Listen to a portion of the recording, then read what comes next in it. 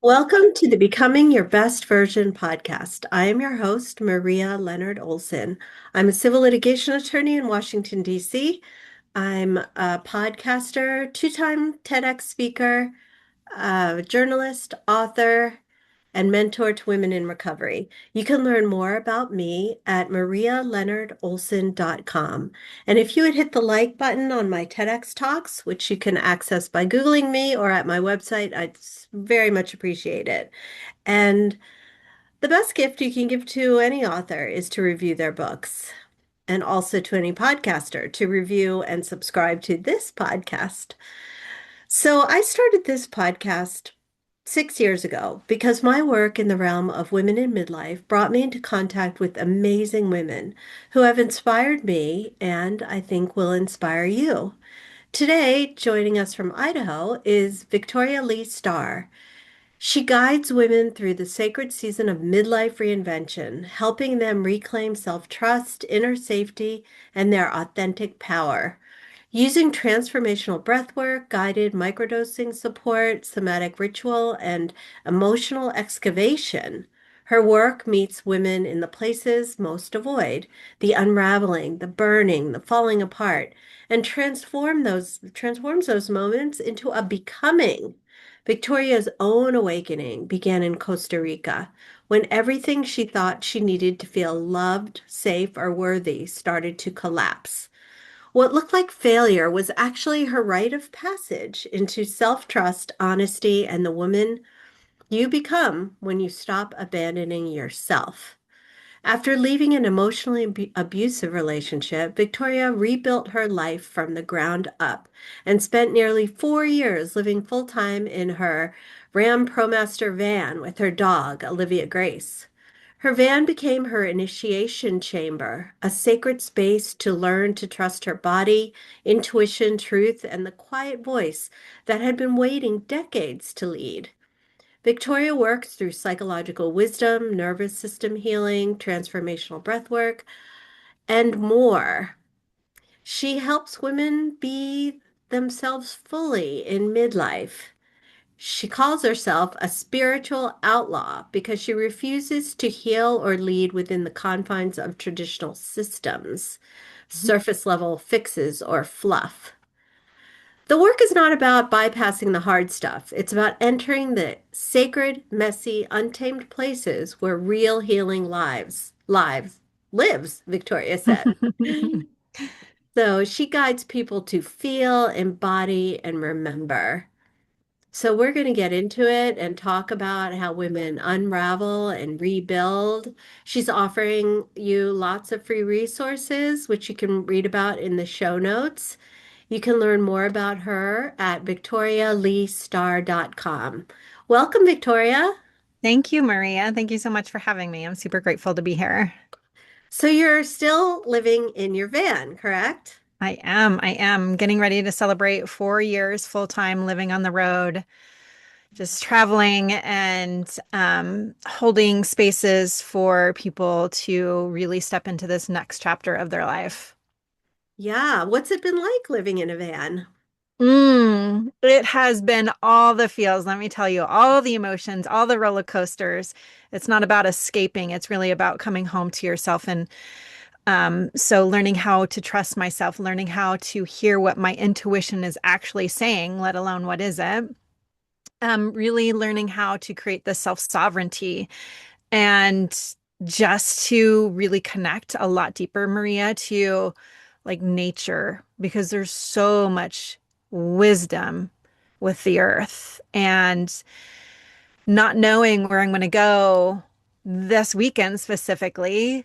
There comes this a little bit of angst in my system, and it's using the tools within myself to go, okay, how do I regulate my nervous system? How do I see where the fear is?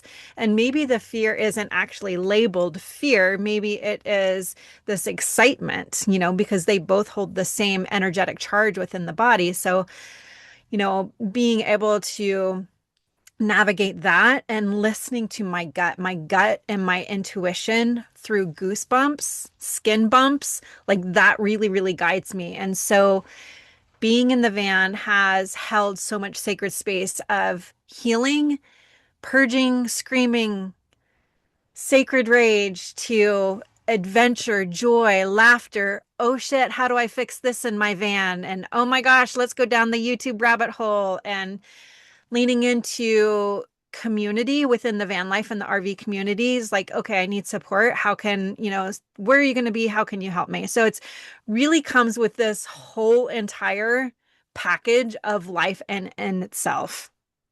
Do you often feel scared, like as a single woman traveling on the road? Have you had any like bad actors in your path who wished you harm, anything like that?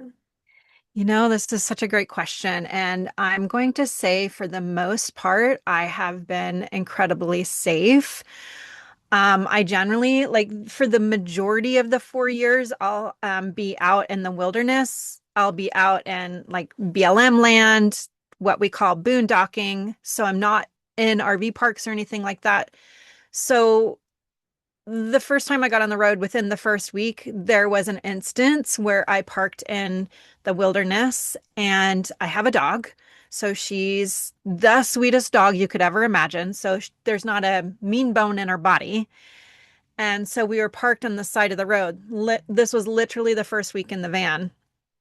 I don't know anything about this life. Like, I'm experimenting and learning as I go. And some things that you do as a single female in the van is like you get to your spot before dark. Especially having a dog, I don't want to walk my dog at dark, wherever I am, unless I know the neighborhood. And so make sure you have cell service.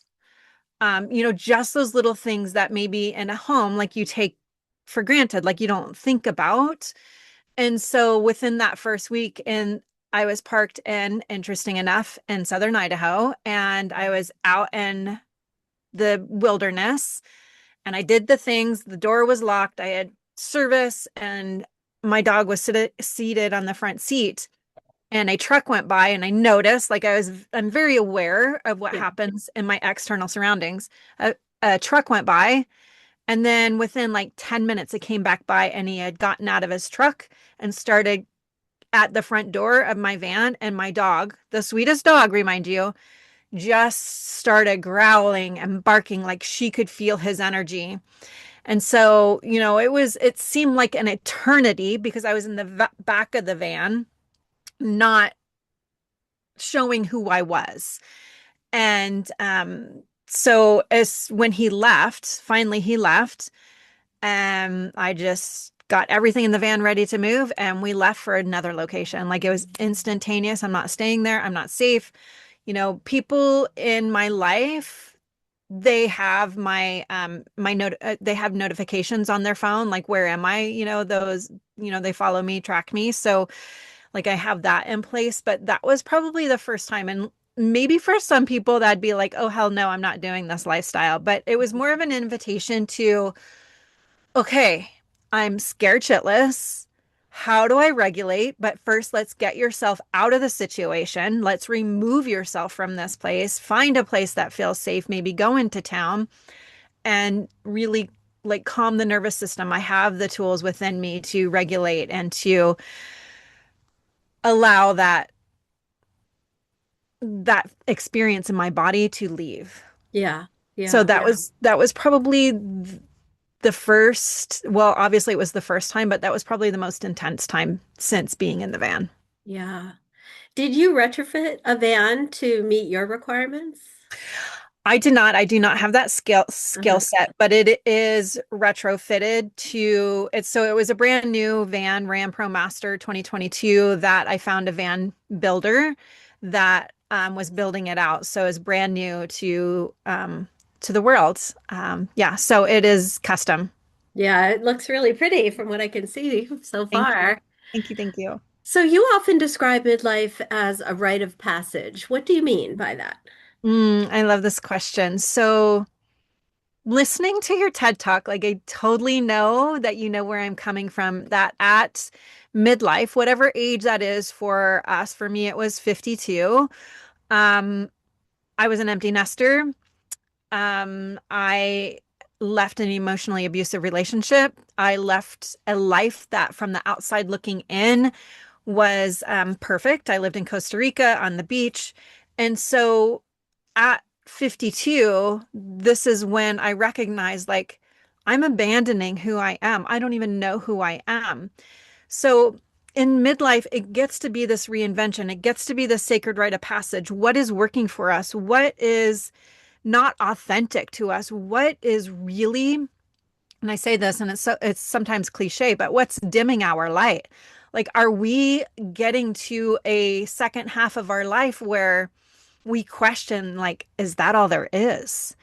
So the invitation and the gift to go, we can pivot, we can change, we have the ability, we have the skill set. If we don't have the skill set, we have community or we have friends, or now we have the World Wide Web, we have the YouTube. So we have so many resources for us that are available for us that we can create this new rite of passage for us that feels really in alignment because that old life no longer works. Yeah. So Yeah. why do you think it takes until our 40s, 50s, or 60s to unravel and start really becoming? Sometimes I like to say, Maria, that like we have been in a world that has told us women how we're supposed to move through life. Hmm. Um, that we're supposed to be married by a certain time. Um, we're supposed to have the kids and the house and the white picket fence, and then we get to they leave. Like we love that role in life, right? Like I love being a mama, Hmm. and also like okay, there's something else. There's something more. There's something that we get to shift and change. So, I wonder that I see other families that are full-time nomads on the road. That's what we call ourselves. And they have the littles, they have the babies, and they're doing the same thing that I'm doing, but with this family. So, is it an invitation to like you get to create a life that you desire, that feels good for you outside of that conditioned response of like I like to refer it to I grew up in the Gen X era with the 80s love ballads, like the journey and the air supply and the man's supposed to come save me and sweep me off my feet and we live happily ever after in the Disney, movies. But it's like, no, like, can we live in a different way that feels most in alignment to us? Like, that's the invitation.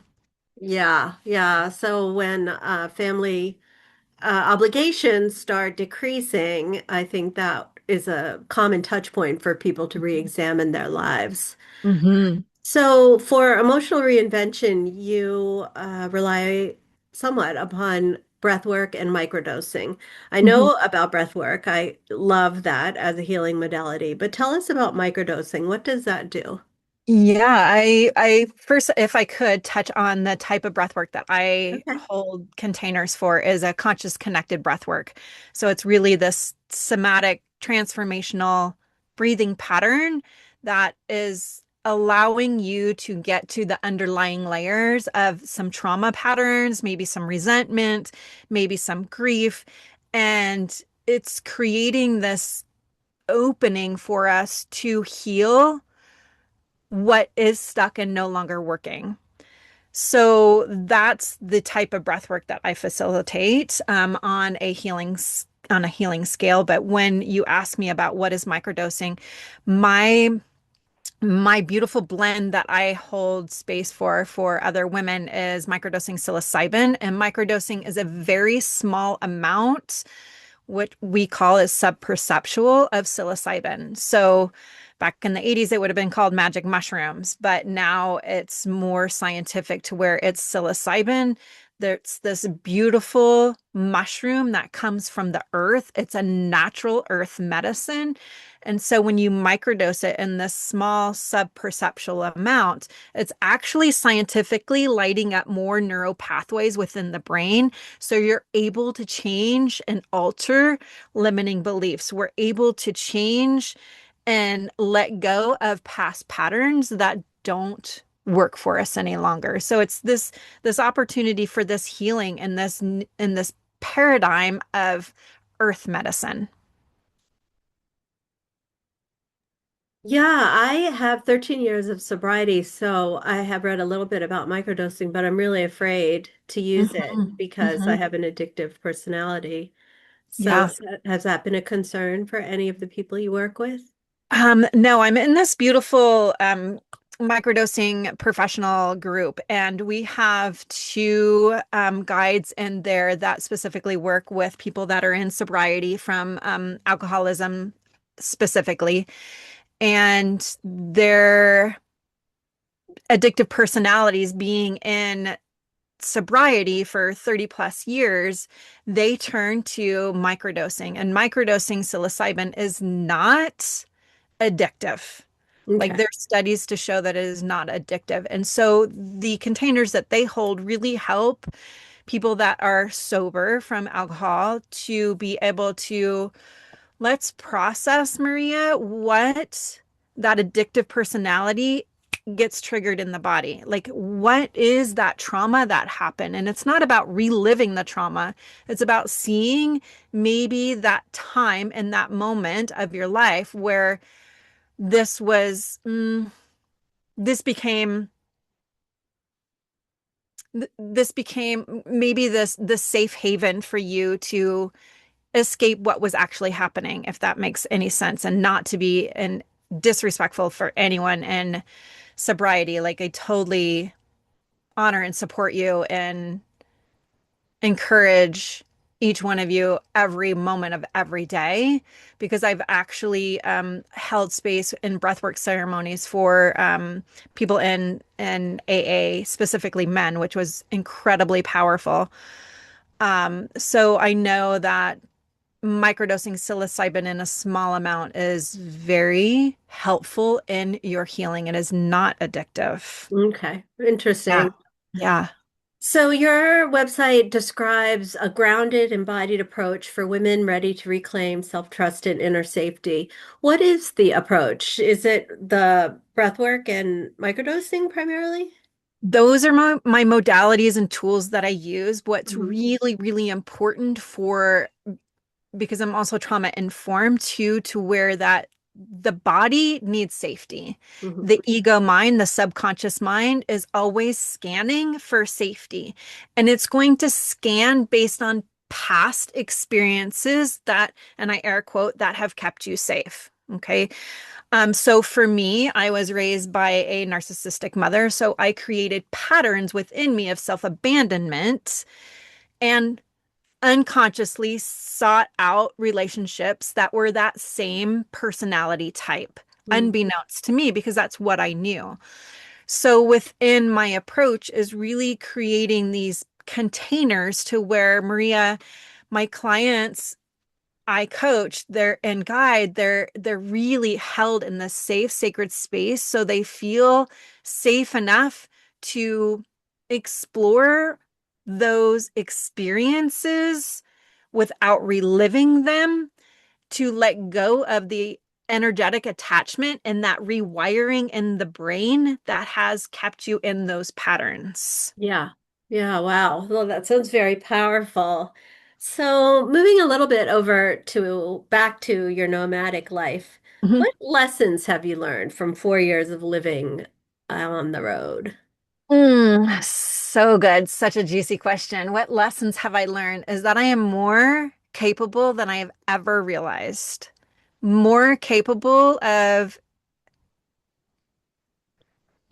like uncovering and exploring how can I rely on my own sovereignty, my own intuition, knowing that I can take care of myself, and that I'm so resourceful.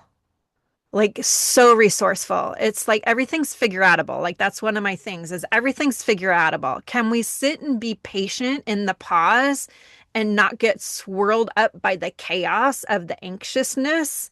Recognize, oh, like I'm in fight or flight. Yeah, that feels really ick. And also it's figure outable. Yeah, definitely. So, on your website, you offer, among other things, a free clarity call. What does that look like? Oh, I love to sit down with anyone that wants to connect to see how. Microdosing and the other modalities that I offer are supportive for their healing, for their reinvention, for their rite of passage. Because what I've found is we have been very conditioned to believe that microdosing psilocybin is very bad. That era of the 80s where it became very socially bad. So there's this curiosity, like you know, how can this support you? And so we have this conversation of maybe what are you experiencing? I want you to be in my space, my energy, my frequency to see how we can connect because what I notice within myself is that I'm here to ask the deeper questions for you. It's not about me healing you. It's about you healing you. So it's these reflective questions that we can get underneath these layers that we have created to keep us safe, right? And so in this clarity call is, all right, Maria, how can I support you? What are you seeking? What are you desiring? Can we create this awareness and curiosity that, all right, something you get a ting in your gut, you know, just like this ping in your gut from something that you said. Well, what is that for? Why is that there? So the clarity call is really to see how we can work best together and energetically. How can I hold you in the safe space so that you can be seen, heard, and loved? Beautiful. So you also call yourself a spiritual outlaw. Tell our listeners what you mean by that. Mm, I really recognize that within me that I am someone that I've tried the medical model of healing. I've tried antidepressants. I've been on antidepressants for a very long time. I've done talk therapy and I've read all the books, the self-help books. And what I recognize is like, I still feel the same. I don't feel any different. And within the modalities that I offer to my clients, I have tried them on myself first because I want to make sure that they work first. I'm not going to have you try something that I've never tried. So, as a spiritual outlaw, like I work in between these realms of each emotional healing, of trauma informed healing, but also this spiritual healing within nature, this somatic healing within dance, this spirituality outside of structured religion. Like, what does that mean to you? And so, as a spiritual outlaw, like, I want to break the rules of what we're healing is supposed to look like. And I'm not here to fix you. I've said that before. I'm not here to fix you. I'm here to guide you. I'm here to hold you. And I've recognized by being in the van for 4 years, like, I have this deep intuitive wisdom within me that I'm going to guide you into your next chapter with these tools of being this spiritual outlaw. Mm, yeah, I've never seen that before. I think it's a really cool thing. So Thank you you. I do a love that. fair amount of events too. Mhm. Tell us about your events. Yeah, so my very first event that I did, because I lived in South Florida when I got the van, and I was already in the modality of facilitating breathwork sessions in yoga studios in South Florida. But I had to have some way to create a community in the van. So I signed up before I had the van. I signed up to facilitate a breathwork session at a van festival in Southern Idaho. And it just so aligned so much with I got the van, my house sold, my divorce was final, got on the road. I got enough time to get to Southern Idaho within that week and hold this breathwork event at this van festival. And what I noticed outside of yoga studio is the openness of being in nature, that the the vulnerability of people trusting me to hold these spaces has been so fulfilling and rewarding for me that I know it's my mission and my passion. So as I travel, I reach out to van festivals, I reach out to RV meetups. I have a community in San Diego. I have a community that I hold ceremonies for there. I have a community in Arizona. I have a community in Washington. So it's really about like who's calling me to go where that I can be of service. Really beautiful. Yeah. And you're very generous in offering free guided meditations on your website, a Yeah. toolkit for Yeah. breathwork for hot flashes. There's a lot of good stuff here on your website.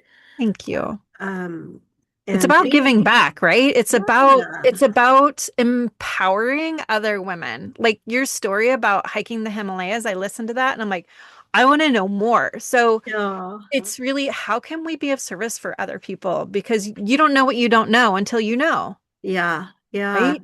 So, how old are your kids? I have one daughter, she is turning 30 in April. And what does she think about her mom as a nomad? Um, you know, I think at first she was like, okay, whatever. She knows I'm very adventurous. Hmm. And she's like, Mom, I believe in you. I know you can do this. If this is what you want to do, you go do it. And I'm here to support you. Aw, that's Yeah. really beautiful. Yeah. Where did you Yeah. raise her? In North Idaho, in Coeur d'Alene, Idaho. Yeah. Okay. Okay, Yeah. great. Yeah. Well, I love how you support people and you walk the walk, just talk the talk. You investigate and decide whether a modality is for you rather than just taking it at face value and help design individual modalities of healing for all the people you coach or guide or mentor. It Mhm. sounds like you have something for really just about anyone in your offerings. I thank you for witnessing that. Thank you for acknowledging that because that has really been what I've noticed is like there's not one way for everyone to heal. But Yeah, how much can I have in my tool belt to be able to guide you and to support you in your healing and your journey? yeah, Yes. Thank you very for witnessing really that. beautiful. Yeah. So I ask all of my guests the following question. What do you do, Victoria, to become your best version? Oh, Maria, I do not even need to pause to answer this question because really, truly, it's about two different aspects. It's about spending time in nature for me. It's about being in the trees around water. I have a lot of water in my astrological sign, so it's really to nourish myself so that I can be of service to other people.